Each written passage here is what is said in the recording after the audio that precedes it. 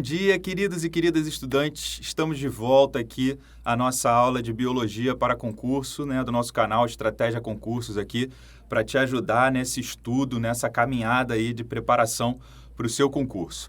Sejam muito bem-vindos aí de volta, aqueles que já estão nos acompanhando há algum tempo, e sejam bem-vindos àqueles que estão chegando pela primeira vez. Então, eu sou o professor Rafael Lira e hoje a gente vai dar continuidade à nossa aula de Biologia, beleza? Então, hoje nós vamos falar sobre um assunto que é, na verdade, bastante amplo, bastante complexo, e por isso nós vamos dividi-lo em algumas partes. E essas partes são relacionadas exatamente a características específicas de cada grupo dos quais nós vamos falar hoje. Então, nós vamos falar sobre o reino animal, beleza? E aí, dá uma olhada no slide aí, então, para a gente já começar chegando com tudo. A gente pode ver aí no slide, então, que a gente vai falar, a princípio, das características gerais do reino animal. Lógico, primeiro nós precisamos caracterizar esse reino, diferenciá-lo dos outros reinos que a gente já estudou, para a gente poder entender como é que é essa classificação. E aí depois nós vamos entrando nas características específicas de cada grupo, ok? Então aí a gente precisa já diferenciar com relação à estrutura celular, Então, lógico, o reino animal é composto por todos os organismos eucariontes, ou seja, que possuem a membrana celular nuclear, aquela membrana nuclear que a gente chama de carioteca. Isso aí só fazendo um remember rapidinho. Todos os organismos do reino animal são pluricelulares, então aí a gente já tem algumas diferenciações de reinos anteriores que a gente viu, aonde podiam ser pluricelulares ou unicelulares, beleza? Todos eles, então, são heterotróficos por ingestão. Todos não. Dá uma olhadinha para mim aqui rapidinho. Vamos lá. Como tudo na biologia, a gente tem algumas exceções, mas a regra, de forma geral, os organismos do reino animal são heterotróficos por ingestão. E aí a gente tem que diferenciar isso principalmente daqueles organismos que também são eucariontes, também podem ser pluricelulares e também são heterotróficos, mas por absorção. E aí eu estou falando especificamente dos fungos, que a gente teve uma aula anterior aí para falar específico deles, beleza? Então, os fungos se diferenciam aí dos animais, ou os animais se diferenciam dos fungos, pela ingestão do alimento. Então, os animais, eles ingerem o alimento. Teoricamente, o que a gente está falando de ingerir é colocar o alimento para dentro da estrutura corporal e depois iniciar a sua digestão. Claro, existem alguns animais que tiveram uma evolução diferenciada e por algum motivo que foi mais vantajoso para eles liberar as suas substâncias digestórias no ambiente e depois absorver esse acumulado ali de moléculas já previamente digeridas, isso aconteceu de uma forma pontual. Então, característica geral do reino é que os animais fazem a ingestão do seu próprio alimento. E heterotróficos, lógico, porque não conseguem produzir a sua própria matéria orgânica. Mas também existem exceções. Existem algumas exceções. Existem alguns organismos, alguns animais, que conseguem incorporar cloroplastos de algas que eles se alimentam, e a partir daí, inclusive já é uma discussão que se tem se eles conseguem incorporar o próprio DNA do cloroplasto, o próprio material genético do cloroplasto, para produzir, para realizar a fotossíntese, beleza? Mas isso são exceções, então a gente vai se ater agora às regras, beleza? Então vamos lá, dá uma olhada no slide aí para a gente continuar. Então, quando a gente fala isso, heterotróficos ou heterótrofos por ingestão, a gente tem que sempre pensar nessa questão de absorver, interiorizar o alimento e depois começar a digestão. E aí, a gente, quando fala sobre isso, a gente já começa a pensar aqui em algo como um tubo digestório. Mas aí dá uma olhada para mim de novo aqui para a gente conversar sobre isso. Tubo digestório. Todos os animais, então, vão ter tubo digestório? Calma aí. Não necessariamente, tá? Mas vocês vão entender um pouquinho ao longo dessa nossa aula por que a gente diz aí que alguns não têm tubo digestório, mas mesmo assim podem ser considerados como fazendo ingestão do alimento, ok? Então, vamos lá. De novo para o slide para a gente continuar. Além disso, a gente pode falar das questões de desenvolvimento, aparecimento de diferenciações celulares. Então, a gente começa a ter, principalmente aí, a partir de alguns grupos de animais, uma diferenciação muito mais expressiva das suas células. Lembra que a gente falou até um tempo atrás, nas aulas anteriores dos outros reinos, que as células podiam ter algumas funções diferentes, mas não necessariamente elas eram completamente diferenciadas. Dá uma olhadinha aqui para mim, para a gente conversar um pouquinho melhor sobre isso. É mais uma característica que diferencia bastante o reino animal dos outros reinos anteriormente vistos, ok? Assim como o reino vegetal, o reino animal, né, esses dois reinos são os reinos que têm a maior quantidade de diferenciações celulares. E aí, quando a gente fala em diferenciação celular, a gente tem que ter em mente, né, lembrar um pouquinho sobre o conceito de célula-tronco. Então, obviamente, existem as células extremamente diferenciadas que elas não conseguem desenvolver outra função que não seja aquela para a qual elas se diferenciaram. Então, isso é um ponto importante. Por quê? Porque a gente viu lá, por exemplo, nos fungos, em alguns prototistas, em algumas algas, que pode existir ali algumas diferenças entre as células, por exemplo, para produzir gametas, células sexuais, que elas se diferenciam. Mas essa diferenciação ela não é completa. Por quê? Porque essa célula ela continua tendo a possibilidade de retornar a fazer todas as funções necessárias para o organismo sobreviver. Já aqui nos animais, a gente começa a ter uma diferenciação celular onde as células que são altamente diferenciadas, elas não conseguem, a princípio, num ambiente natural, de forma natural, né, nas condições normais ali, ela não consegue retornar à sua forma, vamos dizer assim, ou à sua função básica e se diferenciar em outra. Então, isso é uma característica que começa a permitir o desenvolvimento do que a gente chama de tecido. E a gente vai ver um pouquinho mais à frente sobre isso. A questão principal aqui é que com essa diferenciação celular, você começa a ter tecidos ou diferenciações, agrupamentos de células com funções específicas que são extremamente importantes para a evolução desse grupo. Então, o reino animal hoje ele tem uma diversidade gigantesca, sendo pluricelular, o que vai contra muitos outros organismos que a gente viu anteriormente, que a maior diversidade estava nos organismos unicelulares, levando em consideração que cada célula é um organismo. Quando você tem algumas diferenças aí ao longo da evolução, você vai criando muitas cepas ou muitas espécies diferentes. Beleza? E aqui a gente já está falando de um organismo pluricelular, com muitas células trabalhando em conjunto formando o organismo. Então, é um pouco óbvio você pensar que é necessário ou foi necessário ao longo da evolução desse grupo que as diferenciações celulares fossem cada vez maiores. E aí, a gente lembra, né, principalmente aí da parte muscular e nervosa, desenvolvimento, então, de células musculares e células nervosas. Por que a gente lembra principalmente disso? Porque os animais, com toda essa complexidade estrutural, com toda essa complexidade de células, inclusive, eles desenvolveram ao longo da evolução a capacidade de buscar alimento, por exemplo. Já que a gente está falando que eles são heterótrofos, por ingestão, eles precisam ir atrás do alimento, eles precisam ativamente encontrar o seu alimento. Então, o músculo e o sistema nervoso, o sistema muscular e o sistema nervoso trabalhando em conjunto são extremamente importantes para possibilitar essa busca.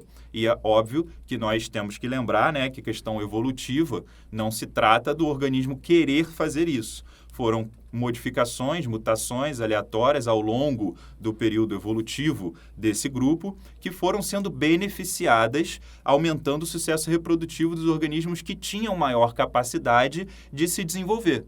Então, as diferenciações celulares não fogem desse princípio da evolução, beleza? Então, vamos lá, dá uma olhada para o slide aí, agora você entende um pouquinho mais do que eu estou falando quando a gente fala que a importância das células musculares e nervosas e a junção dessas duas coisas, né, para a questão da locomoção e comunicação também entre esses organismos. Claro que, a princípio, a busca pelo alimento ela é muito mais básica, vamos dizer assim, do que a comunicação. Porém, o desenvolvimento das estruturas nervosas e das estruturas musculares permitiu também que esses organismos desenvolvessem a capacidade de comunicação. E aí, dá uma olhadinha para mim aqui de novo rapidinho. Quando a gente fala em desenvolvimento de musculatura, em desenvolvimento de sistema nervoso, a gente quase como consequência tem aí, como nós estamos falando, em estruturas sensoriais, né, principalmente aí a parte do sistema nervoso, nós temos a questão de identificação de um organismo pelo outro da mesma espécie. E aí, óbvio, né, a questão de estar junto com outros organismos da sua mesma espécie, desde que isso não traga uma competição tão acirrada por espaço, por alimentação, por reprodução, você tem vantagens competitivas, vamos dizer assim, contra outras espécies que possam estar ali disputando o mesmo nicho ecológico. Beleza? Então, essa comunicação ela acaba se desenvolvendo também como consequência e facilitando ou beneficiando os grupos que conseguem se comunicar de forma mais efetiva. E, evolutivamente falando, eles vão deixar mais descendentes, como a gente comentou anteriormente. Beleza? Então, vamos lá dar uma olhada no slide aí para a gente continuar. A sua maior parte, né, o reino animal tem o ciclo reprodutivo de Plonte. Então, como nós vimos também numa aula anterior, ciclo reprodutivo de Plonte é aquele que o organismo passa a maior parte da sua vida como um organismo diploide. Ok? E que através do quê? Através do processo de meiose, ele vai produzir gametas haploides. Então, aqui, a produção de gametas N, através, diploide, 2N, para a gente lembrar isso, né? Através da meiose. Então, a produção dos gametas N, através da meiose, mas o organismo, na maior parte da sua vida, ele vai ser 2N, ele vai ser diploide. Beleza? E aí a gente tem o predomínio da reprodução sexuada. Não necessariamente você vai ter sempre reprodução sexuada, mas de forma geral, no reino dos animais, de forma geral, a gente tem o predomínio dessa reprodução. E aí vale a pena a gente lembrar rapidamente, né, a questão das vantagens da reprodução sexuada. Dá uma olhadinha para mim aqui. A gente tem que pensar, óbvio, na questão da maior diversidade genética, da variabilidade genética. Então, quando você tem uma reprodução sexuada, onde você tem produção de gametas haploides, né, N, que vão se juntar formando um novo indivíduo 2N, você não tem a manutenção de uma estrutura genética única. Você não tem clones da mesma estrutura genética. Então, você tem uma variabilidade genética maior. E lembrando qual a vantagem disso, se você tiver algum evento ou algum problema no ambiente ocupado por esses organismos, tendo uma maior variabilidade genética, uma parte dos organismos vai ser mais sensível àquele problema e outra parte vai conseguir ser resistente. E isso faz com que a perpetuação dessa espécie, desses organismos, seja muito mais viável do que se todos eles fossem clones, todos eles fossem sensíveis à modificação do ambiente e todos eles desaparecessem de uma vez só, beleza? Então, a variabilidade genética, você tem que sempre lembrar dessa questão, ok? E, óbvio, a reprodução sexuada, ela vai aumentar isso, ela vai potencializar essa variabilidade genética. Porém, como a gente viu anteriormente, existem vários outros organismos de vários outros reinos que também podem fazer reprodução sexuada, mas a complexidade dessa reprodução é um pouquinho menor do que a gente vai ver a partir de agora. Reino animal, reino vegetal, tem uma complexidade muito maior de reprodução. Ciclos diferentes reprodutivos, produção de, né, no caso dos animais, a produção dos gametas. Então, os processos, e aí tem uma aula específica sobre reprodução, né, sobre divisão celular, sobre os processos mitóticos, meióticos, a produção dos gametas. E aí, se tiver alguma dúvida, não lembrar de alguma coisa, dá uma olhada na aula específica sobre isso, beleza? Mas aí, a gente continuando aqui, dá uma olhada no slide. Então, como eu falei, predomínio da reprodução sexuada, mas também ocorre reprodução assexuada no grupo, ok? Não se confunda com isso. Não vai marcar lá numa opção do concurso que diga que animal só faz reprodução sexuada. Não é verdade. Vários grupos fazem reprodução assexuada também. Então, fazem reprodução assexuada ou reprodução sexuada. De forma geral, todos os animais, né, na sua maioria, são sexuada a forma de reprodução, beleza? E aí tem uma questãozinha aqui que é um pouquinho polêmica hoje em dia, mas que não era antes. Antes era bastante aceito, que é a questão da ancestralidade. Quais são os ancestrais dos animais, né? De onde evoluíram os animais da forma que a gente conhece hoje, essa complexidade toda de células, de organismos, de tecidos, sistemas nervoso, muscular, etc. Qual é a ancestralidade disso? Né? De onde veio tudo isso? E anteriormente, até pouco tempo, inclusive, tinha-se uma ideia muito forte, inclusive, a respeito da ancestralidade ser um protozoário colonial. Um protozoário colonial que tinha algumas características, dá uma olhadinha para mim aqui para a gente conversar melhor. Tinha algumas características específicas que o aproximavam do grupo dos animais. Tá? E essas características, elas eram muito parecidas com um coano flagelado, né? Um organismo, aí, um protoctista que tem a característica das suas células. A sua célula já é uma célula bastante diferenciada em seu formato, em sua função, na forma de obter o seu alimento, inclusive.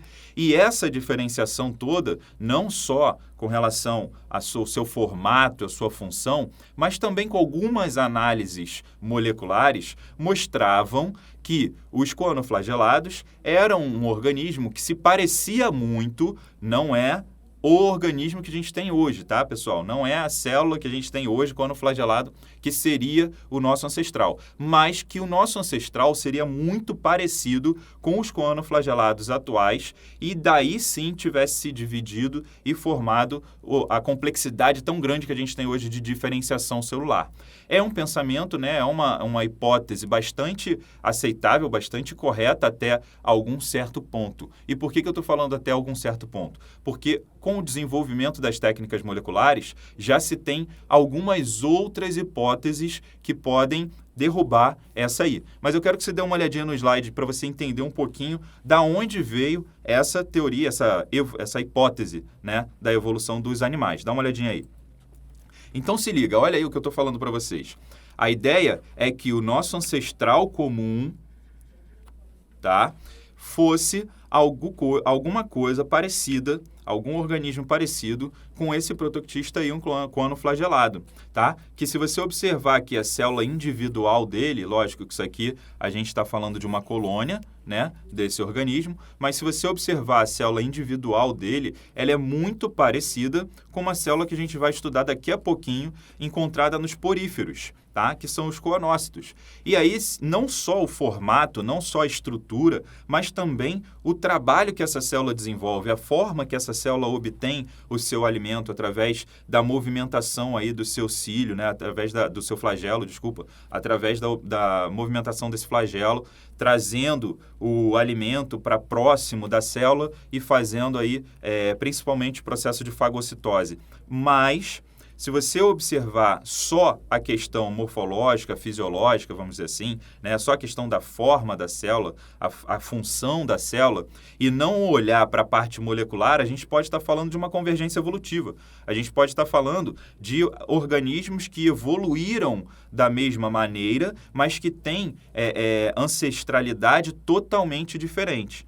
Não é exatamente o caso que nós temos aqui, mesmo porque algumas análises moleculares mostravam que esses dois grupos, né, os coanoflagelados e os animais de forma geral, tinham algumas correspondências moleculares. Porém, a gente tem atualmente algumas descobertas, como eu falei para vocês, isso é do ano passado, 2018, então dá uma olhadinha para mim aqui. Pode ser, né, que alguns concursos, pode ser que o seu concurso já cite alguma coisa relacionada a isso, já traga alguma informação relacionada a isso, e você poderia ficar perdido se você não estivesse entrando em contato com essa informação agora, tá?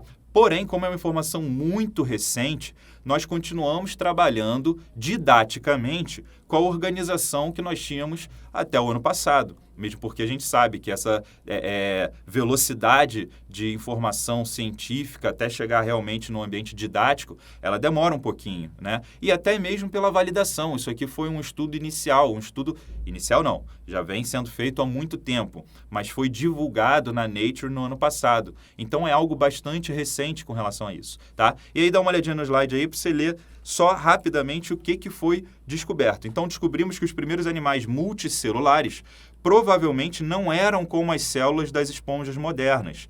Eram mais semelhantes a uma coleção de células conversíveis. E aí veja que conversíveis ele até botou entre aspas, tá? E aí dá uma olhadinha para mim aqui de volta rapidinho.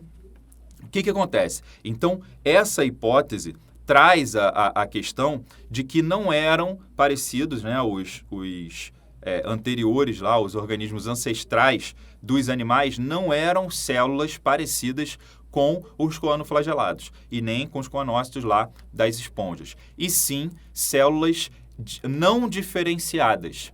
Células, como ele diz aí, conversíveis, ou seja, células que tinham a capacidade de se diferenciar para várias formas possíveis, várias maneiras diferentes.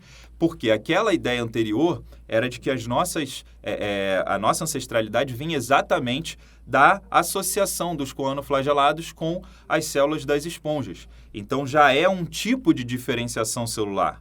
Mas esse estudo diz que é um pouco anterior a isso. Não era já tão diferenciada. Era uma célula que poderia se diferenciar, sim, num coanócito, por exemplo, ou numa célula parecida com coanoflagelado, mas que ela tinha características de retornar à sua forma pluripotente ou multipotente, tá? Que é o que a gente, né, tem como conceito aí de célula-tronco. Então, a ideia, mais ou menos, é que os primeiros organismos animais, os primeiros animais, eram formados por células multipotentes ou polipotentes, pluripotentes. Tem vários nomes parecidos para dizer a mesma coisa, tá? Que é o que a gente tem como célula-tronco, beleza? Dá uma olhadinha aí no slide para a gente continuar. E aí ele fala exatamente isso, né? Ele, não ela, ou ele, não sei. A tataravó de todas as células do reino animal, assim por dizer, ou por assim dizer, era provavelmente muito semelhante a uma célula-tronco, beleza? Então, a ideia é que a célula-tronco que a gente conhece hoje, ela era a principal componente desses organismos animais muito lá atrás, que eram, né, os nossos ancestrais, beleza? Isso faz todo sentido, levando em consideração a quantidade e a pluralidade mesmo de diferenciações que a gente tem de células no organismo dos animais hoje em dia, né? Desde células relacionadas ao revestimento do corpo, né? A derme, epiderme, até as células, por exemplo, relacionadas a questões nervosas, a questões sensoriais. A diversidade que existe é muito grande, beleza? Então, a ideia dessa pesquisadora, né, ou desse pesquisador, não sei exatamente, o Bernie Degnan, foi de trabalhar e de estudar a parte molecular completa. Então, ela trabalhou a estrutura, né, da parte molecular, do DNA dessas células, de uma forma muito mais completa, não só focando no RNA ou no DNA relacionado aos ribossomos. Ela pegou toda a sequência de DNA que tinha algum tipo de expressão, fez um mapeamento disso e comparou célula a célula. E aí ela viu que tinha uma incoerência com as células dos coanoflagelados, mas não era totalmente incoerente. Então, lógico, se a gente está falando de grupos muito próximos, você tem, né, a proximidade também molecular das células, do DNA dessas células. Mas esse é um estudo que é interessante você saber, uma curiosidade aí que é interessante você saber. Como eu falei, esse artigo aqui é da Scientific American de 2018, tá? E essa publicação foi feita na Nature também em 2018. Beleza? Então fica ligado, porque pode ser que isso aí te traga uma facilidade na hora de responder alguma questão do seu concurso. Dá uma olhadinha para mim aqui, para a gente continuar com esse nosso assunto. Então vamos lá. Além dessas características que a gente já viu dos animais, a gente precisa entender um pouquinho também como que depois de toda essa diferenciação celular, de todo esse organismo mais complexo, a gente consegue caracterizar algumas particularidades desses animais, desse grupo, e que é também geral para o grupo inteiro. E aí dá uma olhadinha aí no slide que a gente vai falar um pouquinho sobre simetria, Tá? Então, a simetria dos animais, os animais podem apresentar 2 tipos básicos de simetria. A simetria radial, e aí, como o próprio nome já diz, né, você pode traçar raios ao longo do corpo do animal que dividam esse animal em partes iguais. Então, qualquer plano ao longo do eixo corporal principal desta anêmona do mar divide o animal em metades similares. Então, se você traçar um plano aqui, como esse pretinho que está aparecendo, você vai ter um lado para cá A, vamos dizer assim, e um lado para cá B, e esses 2 lados vão ser muito parecidos, vão ser similares. Óbvio que existem algumas estruturas que podem estar presentes de um lado, não estar presentes do outro, mas de forma geral, na simetria radial, você tem uma divisão bem similar, você tem uma divisão bem característica, tá? E a questão toda é que nesse raio, qualquer raio que você faça nesse organismo, você vai ter 2 lados ou 2 metades similares. Essa é a característica básica da simetria radial, beleza? É claro que você precisa entender qual é o eixo principal do organismo. Se a gente está falando ali, né, de uma anêmonazinha do mar, onde você tem ali a estrutura dela, bem feiosa, mas é isso aqui mais ou menos, não adianta você querer fazer uma simetria radial assim, cortando ela em planos que não vão representar a estrutura dela, beleza? Então você precisa entender, óbvio, né, qual é o eixo principal do organismo e a partir desse eixo principal, aí sim você consegue fazer raios que vão trabalhar essa simetria aí em metades similares, beleza? E a outra simetria que a gente tem é a simetria bilateral, e essa já é um pouquinho mais interessante para algumas coisas que a gente enxerga hoje nos animais. E aí, deixa eu dar uma falada com você, dar uma olhadinha para mim aqui. Quando a gente fala em simetria bilateral, a gente está falando em bilateral, 2 lados. Ou seja, existem alguns planos de corte no organismo ou um plano apenas de corte no organismo que vai dividir esse organismo em 2 partes similares. Se você tentar fazer algum outro plano que seja diferente daquele, você não consegue obter 2 metades similares. Isso é que é chamado de simetria bilateral. Beleza? E aí, qual é a importância disso? Na verdade, por que se chegou a uma simetria bilateral em grande parte dos animais? Principalmente pelo processo de diferenciação, principalmente pelo processo de diferenciação celular formando tecidos específicos que formam órgãos específicos e que se distribuem ao longo do organismo de forma diferenciada. Beleza? Se você tivesse células todas parecidas, todas distribuídas da mesma maneira ou aleatória pelo organismo, você não teria essa capacidade dessa simetria bilateral. E aí vem um processo que é bastante interessante da gente observar, que é a cefalização. Ou seja, se você tem uma estrutura muito mais complexa, com partes fazendo funções diferentes, ou seja, órgãos, tecidos, células diferenciados, você tem uma concentração dessas estruturas em áreas diferentes do corpo. Então, se a gente pensar num ser humano, né, se a gente pensar aqui no organismo, e a gente traçar o nosso plano que divide a nossa simetria bilateral, a gente vai ter internamente algumas partes do organismo especializadas em algumas funções.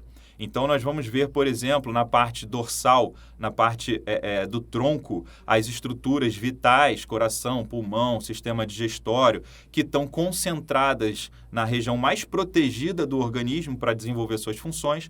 A gente vai ter a questão da cefalização, então a concentração de estruturas nervosas, sensíveis, para toda a sua estrutura do sistema nervoso, concentrado num ponto onde você tem maior efetividade no trabalho. Imagina se o nosso sistema nervoso fosse todo difuso pelo corpo inteiro. Você não teria, talvez, um desenvolvimento tão grande desse sistema como você tem em alguns animais. Beleza? Então, dá uma olhadinha aí na simetria bilateral para você entender um pouco melhor isso.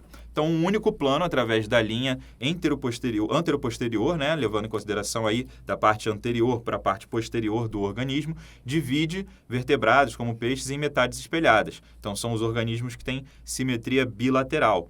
Então, você vai ter aqui, né, o processo de cefalização que eu falei para vocês, levando em consideração essa simetria bilateral. Beleza? Continuando aí, a gente vai falar um pouquinho sobre o desenvolvimento embrionário dos animais.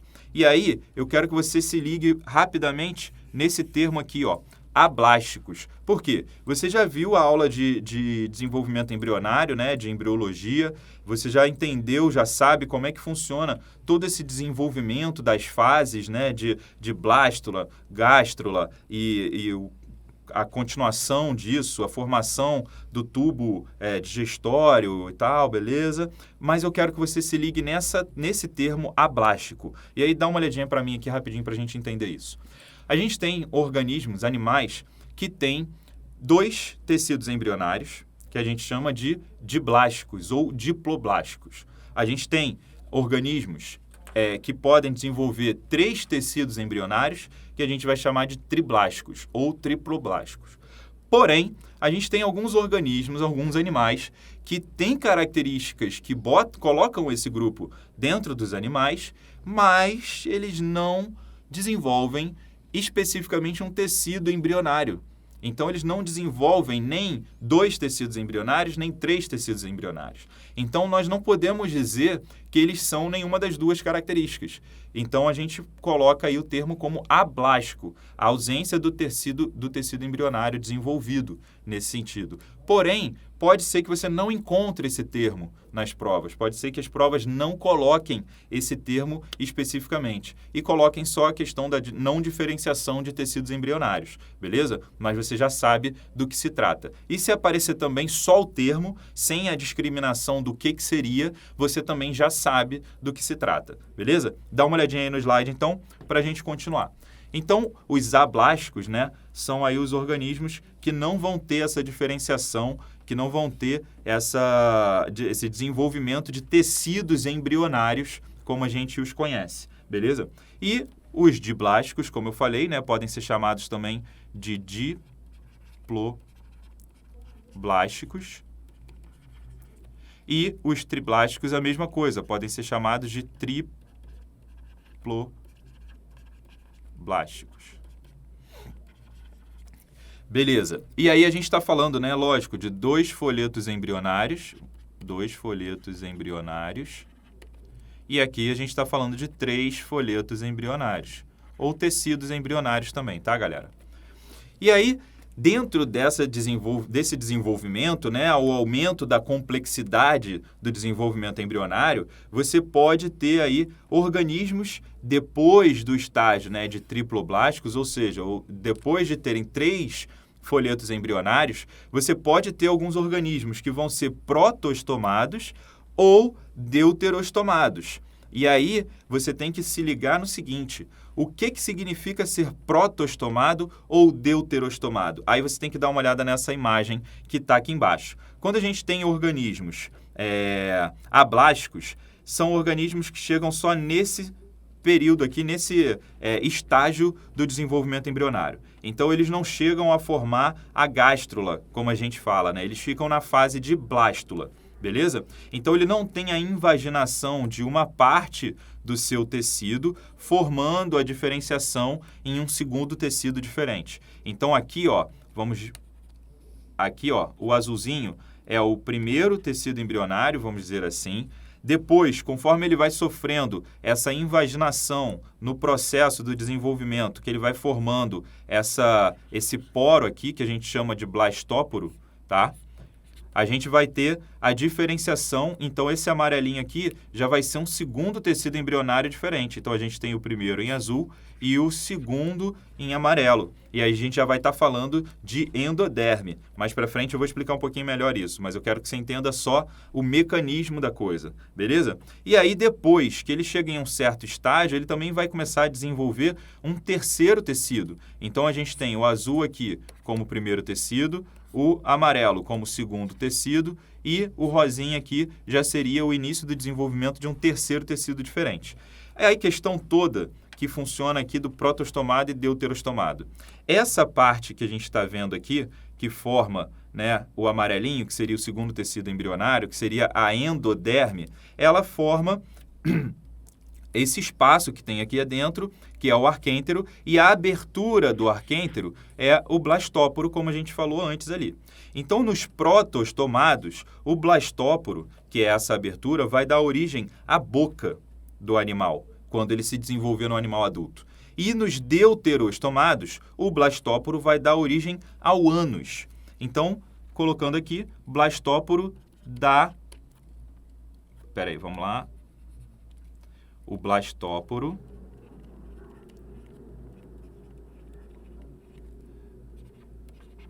dá origem à boca, ok? E aqui nos deuterostomados, a mesma coisa. Blastóporo vai dar origem, só que agora vai ser ao ânus. Beleza? E essa é uma diferenciação bastante interessante. Dá uma olhadinha para mim aqui. Essa é uma diferenciação bastante interessante no sentido da complexidade e da completude, vamos dizer assim, do sistema digestório. Se é um sistema digestório completo, se não é um sistema digestório completo, a gente vai ver isso um pouquinho mais à frente na característica de cada um dos grupos do reino animal. Mas você tem que já ficar ligado nisso. Claro que você já sabe disso, mas é bom você lembrar, porque isso é uma questão que normalmente costuma fazer pegadinhas aí com essa relação de protostomados, deuterostomados, de sistema digestório completo ou incompleto. Beleza? Então, isso é algo que você precisa estar bem fresquinho na memória. Show? Dá uma olhadinha no slide aí para a gente continuar. Então, vamos lá. A gente tem, então, o desenvolvimento agora, depois de já ser triblástico ou triploblástico, né? A gente vai ter também o desenvolvimento de uma cavidade interna desse organismo, diferente da cavidade que é formada pelo trato digestivo, que é formada pela endoderme, que eu mostrei para vocês ali atrás. Então, como a gente estava falando ali atrás, a gente vai ter esses 3 tecidos, né, nos triblásticos. Então, a gente vai ter a ectoderme, que é essa parte externa aqui, que vai dar origem, né, aos tecidos epiteliais do organismo. A gente vai ter internamente, né, a endoderme, que vai dar origem ao trato digestivo ou digestório, beleza? E a gente vai ter também a mesoderme, que vai ser uma camada que vai estar relacionada ao desenvolvimento de vários órgãos e tecidos internos do organismo, beleza? Então, a mesoderme. E aí a gente tem os 3 folhetos embrionários. A questão toda agora é a seguinte: dentro desse desenvolvimento dos triblásticos, alguns deles vão apresentar uma cavidade interna no organismo e outros não vão apresentar. Então, quem tem celoma, que é exatamente o nome dessa cavidade interna que não é o tubo digestório, vai ser chamado então de acelomado. Você lembra disso lá da aula de embriologia. E aí a gente tem alguns grupos, né? Ou a gente tem alguns organismos dentro de um grupo que são os vermes chatos, que a gente vai conversar um pouquinho mais à frente sobre eles, que são acelomados. Então, eles não possuem essa outra cavidade. Então, observe aqui, ó, o organismo tem a parte do tubo digestório e essa é a única cavidade que existe internamente no organismo. O resto é preenchido de tecido ou de outras substâncias que existem lá dentro, secretadas pelos próprios tecidos. Beleza? Então, não possuem cavidades corporais fechadas. Show de bola. Antes da gente falar dos pseudocelomados, vamos falar dos celomados. Então, o que é um organismo celomado? É aquele que possui realmente uma cavidade interna no seu organismo, sem ser o tubo digestório, beleza? Então, você tem a ectoderme, a endoderme, a mesoderme, o tubo digestório lá no meio, né, da endoderme, vamos dizer assim, e outras cavidades, eu vou mostrar para vocês aqui, vou botar numa corzinha azul, só para diferenciar. Então, você tem aqui, ó, por exemplo, outras cavidades dentro desse organismo que não são o tubo digestório, beleza? Então, essa cavidade ela é formada por quê? Aonde? Quem forma? Qual tecido? Aí é que vem a diferenciação. Os organismos que são os organismos celomados, eles têm essa cavidade totalmente revestida pela mesoderme. Então, o celoma verdadeiro, ele é totalmente revestido pela mesoderme, que é o tecido embrionário lá que a gente falou. Beleza? Então, o celoma verdadeiro dos celomados, totalmente revestido pela mesoderme. Show de bola. Mas e quem são esses tais desses pseudocelomados? Bom, pseudocelomado, ele também vai ter a cavidade interna no organismo, que é diferente do tubo digestório. A questão toda aí é que essa cavidade não vai ser totalmente revestida por mesoderme. Ela vai ser, em uma parte, revestida aqui, ó, pela mesoderme, mas em outra parte, que é a parte interna dela, vai ser em contato direto com a endoderme. Então, o revestimento do pseudoceloma não é completo pela mesoderme. É uma parte entrando em contato com a mesoderme e a outra parte entrando em contato com a endoderme. Beleza? E isso é uma diferenciação interessante no sentido do desenvolvimento de órgãos internos desses organismos e a complexidade dos órgãos internos que vão conseguir se desenvolver em cada um desses organismos. Show? Dá uma olhadinha para mim aqui, então, para a gente fazer um apanhado geral disso. Então, das características gerais, né, essa parte de folhetos embrionários, desenvolvimento embrionário, é uma parte bastante importante que costuma cair questões cobrando essas diferenciações, principalmente dessa questão de serem diblásticos, triblásticos ou não terem os tecidos embrionários, né, os folhetos embrionários, que a gente pode chamar de ablásticos. Dentro dos triblásticos, a questão de serem, né, protostomados ou deuterostomados e também a questão de serem acelomados, pseudocelomados ou celomados, beleza? Então, essa diferenciação eu vou mostrar para vocês um quadrinho que vai compilar tudo isso, beleza? E aí dá uma olhada no slide, então, que é a hora de você entender esse quadrinho aí. Então, nessa tabela, você consegue ver que existem as possibilidades de como que esses organismos estão divididos. E aí eu quero que você preste atenção no que eu coloquei como característica de cada um deles. Então, se você tem aqui os grupos, né, dos animais que a gente está falando aí esse tempo todo, porífero, quinidário, plateuminto, nematodas, moluscos, anelídeos, artrópodes, equinodermos e cordados, são exatamente os grupos que nós vamos estudar individualmente, beleza? E aí, nesse sentido, eu quero que você se ligue o seguinte, ó, porífero, então, são os organismos que a gente falou lá atrás que são ablásticos, que não possuem a diferenciação lá dos dois tecidos embrionários, possuem só um tipo de tecido, só chegam até a fase de blástula, beleza? Os quinidários, então, eles vão ser os primeiros organismos que vão ter dois tipos de tecido embrionário, dois tipos de folhetos embrionários. Então, eles vão ser diblásticos, porque eles vão ter o quê? Endoderme e ectoderme. Beleza? Então, vão ser os dois tecidos embrionários aí, por isso, diblástico ou diploblástico. E a partir de plateuminto para baixo, e aí a gente vai ter todos os outros organismos, todos os outros animais vão ser triblásticos. Então, além da endoderme e da ectoderme, eles vão desenvolver também a mesoderme. Beleza? Então, 3 folhetos embrionários são aí os triblásticos. Show? Só que a partir dos triblásticos, a gente vai ter um pouquinho mais de complexidade nisso aí. Então, a gente pode ter os triblásticos acelomados, que não têm o celoma, os pseudocelomados, aquele celoma que não é o verdadeiro, como a gente fala, né? Que é um celoma que é revestido em uma parte por mesoderme e outra parte por endoderme. E a gente pode ter os celomados, que têm a formação do celoma verdadeiro. E aí, mais uma vez, eu quero que você se ligue o seguinte: plateumintos são os organismos que nos interessam estudar, que são os acelomados, então eles não possuem celoma, e quando a gente entrar ali na explicação específica sobre os plateumintos, você vai entender um pouquinho por que não é tão necessário para esses organismos o celoma, ok? Depois, os nematódios, são triblásticos também, mas aí eles já são pseudocelomados, então eles já começam a ter o pseudoceloma, e a partir dos moluscos para baixo, todos eles vão ser celomados. Então, vão ter aí o celoma verdadeiro, beleza? E aí, deixa eu apagar isso aqui para poder ficar mais claro e mais bonitinho esse essa tabela, vamos dizer assim, comparativa, beleza? Então vamos lá, a parte dos moluscos, anelídeos, artrópodes, equinodermas, cordados, todos são triblásticos, mas só a partir dos moluscos é que a gente vai ter um celoma verdadeiro. Show?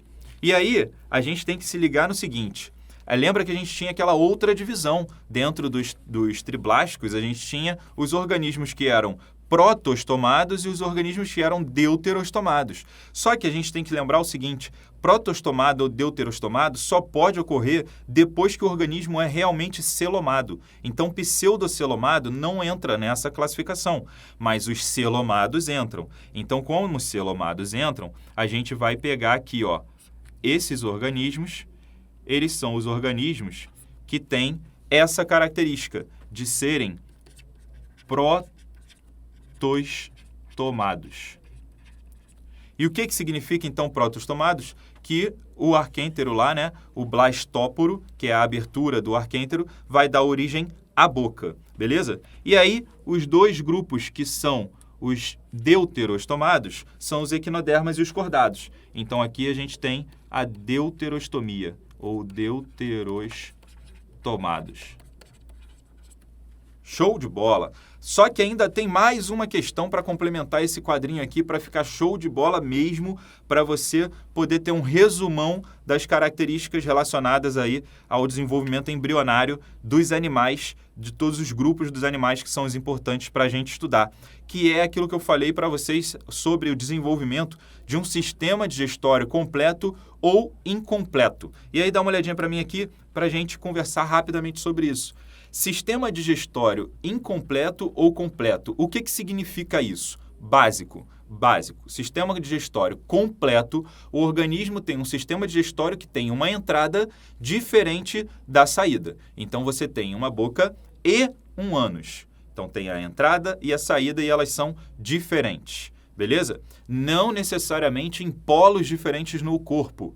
Podem ser uma do lado da outra, mas se tiver todo o tubo digestório passando por dentro do organismo e saindo por outro lugar diferente da entrada, você tem um tubo digestório completo.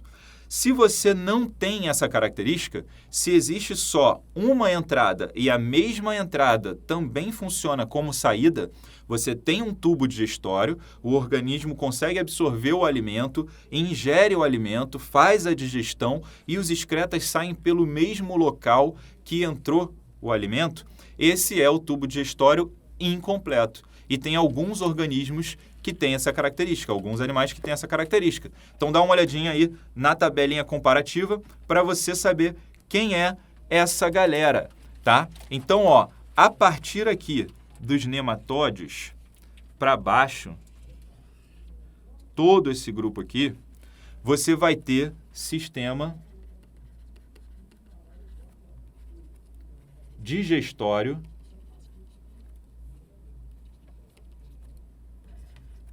completo. Beleza? Então, vamos voltar aqui. Sistema digestório completo, ele vai aparecer a partir dos nematóides. Então, a partir dos organismos que são triblásticos e pseudocelomados. Os plateumintos, os quinidários, eles vão ter um sistema digestório incompleto. Então, eu vou só colocar aqui para você, ó, a sigla, um sistema digestório incompleto. Beleza? Trocou de novo. E os poríferos? Os poríferos a gente vai estudar logo aqui à frente, mas eles não vão ter esse sistema digestório. E aí eu vou explicar para vocês exatamente por que eles não vão ter o sistema digestório. Mas, só observando aqui o desenvolvimento embrionário dele, você já consegue ter essa conclusão. Se eles não desenvolvem a fase de gástrula, se eles não desenvolvem dois tecidos embrionários diferentes, eles não vão ter, então, uma cavidade corporal, eles não vão formar o arquêntero, não vão formar blastóporo. Se não vão formar arquêntero nem blastóporo, não tem como dizer que eles têm sistema digestório. Beleza, galera? Então, vamos lá, vamos passar a seguinte. Antes disso, volta aí, ó. Se quiser, tira um print dessa tela para você ter esse compilado de informações aí a respeito das características gerais do reino animal. Te garanto que isso aí vai te economizar muito tempo na hora de fazer uma revisão sobre esse assunto. beleza? E aí, agora sim, agora a gente vai passar para adiante. Filogenia dos animais. Então, aqui a gente tem, né, uma árvore aí, um cladograma, mostrando a questão da filogenia dos animais. E essa questão já começa a ser diferente, aí já começa a ser questionado, porque a gente tem novas técnicas moleculares, novas descobertas acontecendo, mas, como eu falei para vocês, a nível didático, você vai organizar dessa maneira para ficar fácil de estudar. E qual é a principal característica aí desse cladograma que você precisa ficar ligado? A questão das diferenciações, das especializações, né? Que você vai ter aqui, ó, metazoa, então é o grupo total dos animais. Aí a gente tem o porífero num grupinho separado aqui e você já vai entender por que disso. Exatamente por essa questão dos tecidos, né, que esse organismo não desenvolve, os tecidos embrionários. Então, a gente tem o único animal que não chega até a fase de gástrula, tá? Daqui para baixo, de quinidária para baixo, todos os animais passam pela fase de gástrula, beleza? Então, aí sim a gente tem o que a gente chama de eumetazoa, ou seja, eu de verdadeiro, né, e metazoa de animal. Então, realmente, a gente tem aí os animais verdadeiros, vamos dizer assim. Mas, depois disso, a gente tem a diferenciação da simetria. Olha aqui, ó, simetria bilateral. Então, os organismos que não estão dentro desse grupo aqui, eles não têm simetria bilateral. Então, os quinidários, quitenóforas, são organismos que não possuem simetria bilateral, vão possuir a simetria radial, beleza? Depois a gente tem dentro da bilateralidade, ou palavrinha difícil, a gente vai ter a diferenciação de deuterostômios e protostômios. Então, quem forma a boca primeiro, pelo blastóporo lá, e quem forma o ânus primeiro, na sequência do desenvolvimento embrionário. Beleza? Então, essa é a cara aí da filogenia dos animais. Fica ligado nessa árvore aí que a gente vai trabalhar cada um desses organismos em separado, cada um dos organismos com as suas características específicas. Dá uma olhadinha para mim aqui, para a gente finalizar, fazer aí essa finalização dessa parte da aula. Beleza? Então,